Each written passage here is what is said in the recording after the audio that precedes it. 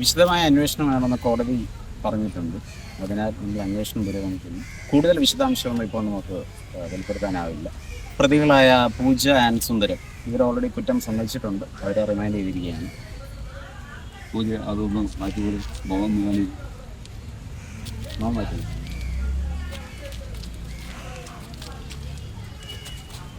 ഗ്യാപ്പത്ത് ഒരു സമുദായത്തെ ലക്ഷ്യം വെച്ചുകൊണ്ടുള്ള അന്വേഷണമാണിതെന്നാണ് പൊതുവെ വിലയിരുത്തപ്പെടുന്നത്. അതിനെ പറ്റിയിട്ടുള്ള താങ്കളുടെ അഭിപ്രായം എന്താണ്?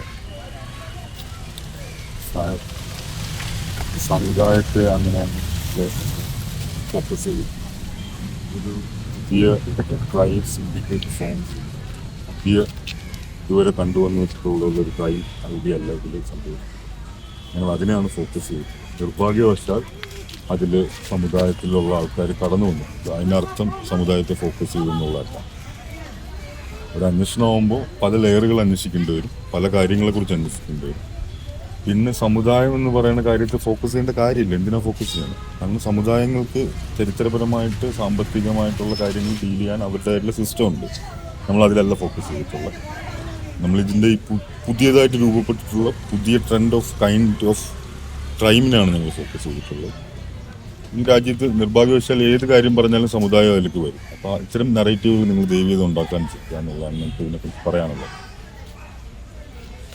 അഫ്താബ് എന്ന അന്വേഷണ ഉദ്യോഗസ്ഥനെ പറ്റി മുമ്പും പല ആരോപണങ്ങൾ ഉണ്ടായിട്ടുണ്ട്. തികച്ചും സ്ത്രീവിരുദ്ധമായ ഒരു ദിശയിലേക്കാണ് ഈ അന്വേഷണം പോകുന്നതെന്ന് പല നിലയ്ക്ക് നിന്നും വിമർശനങ്ങൾ ഉണ്ടാകുന്നുണ്ട്. എന്താണ് അതിനെപ്പറ്റി പ്രതികരിക്കാനുള്ളത്? അഫ്താബ് അദ്ദേഹത്തിൻ്റെ ജോലി വളരെ കൃത്യമായി തന്നെ നിർവഹിക്കുന്നുണ്ട്. കൂടുതൽ അതിനെപ്പറ്റി അറിയാൻ അദ്ദേഹത്തോട് ചോദിക്കും. ഈ രാജ്യത്തൊരു നിയമമുണ്ട്. ഞാൻ വളരെ പ്രൊഫഷണലായിട്ടുള്ളൊരു ഉദ്യോഗസ്ഥനാണ്. ആ പ്രൊഫഷണൽസിൻ്റെ അപ്പുറത്തേക്ക് അതിൻ്റെ എത്തിക്സ് മറികടന്നിട്ട് ഞാനൊന്നും ചെയ്തിട്ടുമില്ല. ഇതെല്ലാം ആരോപണങ്ങൾ. ഈ രാജ്യത്ത് നിയമവ്യവസ്ഥയ്ക്ക് അതീതമായിട്ട് ഒരു കാര്യവും ഞാൻ ചെയ്യുന്നില്ല. ദയവേത് ഇത്തരം ആരോപണങ്ങൾ എന്തെങ്കിലും അടിസ്ഥാനം ഉണ്ടെങ്കിൽ മാത്രം ഉന്നയിക്കാൻ. വേണ്ട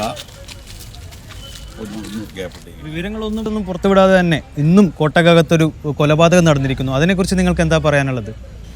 ഇന്നത്തെ കൊലപാതകം ശരിക്കും അത് ലോക്കൽ പോലീസാണല്ലോ തുടങ്ങേണ്ടത്. അത് അവിടെ തുടങ്ങട്ടെ, അത് കഴിഞ്ഞിട്ട് നമ്മൾ നോക്കിക്കോളാം. ഒരു കോട്ടയ്ക്കകത്ത് നടന്ന അന്വേഷണം ആയതുകൊണ്ട്, കൊലപാതകം ആയതുകൊണ്ട് കൃത്യമായി ഞങ്ങൾ ഇതിനെപ്പറ്റി പുറത്തു പറയാൻ സാധിക്കുകയില്ല. പോലീസ് വളരെ സീരിയസ് ആയിട്ടാണ് ഇതിനെപ്പറ്റി അന്വേഷിക്കുന്നത്. ഓക്കെ, ബാക്കി കാര്യങ്ങൾ പിന്നെ